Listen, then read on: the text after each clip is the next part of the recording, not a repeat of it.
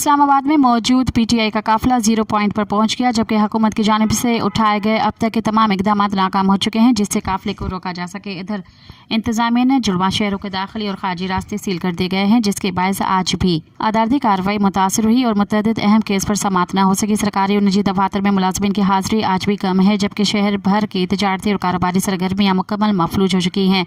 उधर secretary high court पार ने एलामिया में अदालत से गुजारिश की गई वकला और साइलिन अगर अदालतें पेश ना हो सकें तो मोअज़्ज़िज़ अदलिया एडवर्ड्स ऑर्डर जारी न करे। इस्लामाबाद में रास्तों की बंदिश के बायस chief justice Islamabad high court justice Aamir Farooq आज भी दस्तयाब नहीं होंगे। मज़ीद ख़बरन ऐं तफ़सीलात लाइ विज़िट कयो असांजी वेबसाइट www.awamiNewsHD.com ऐं ॾिसंदा रहो अवामी न्यूज़ HD।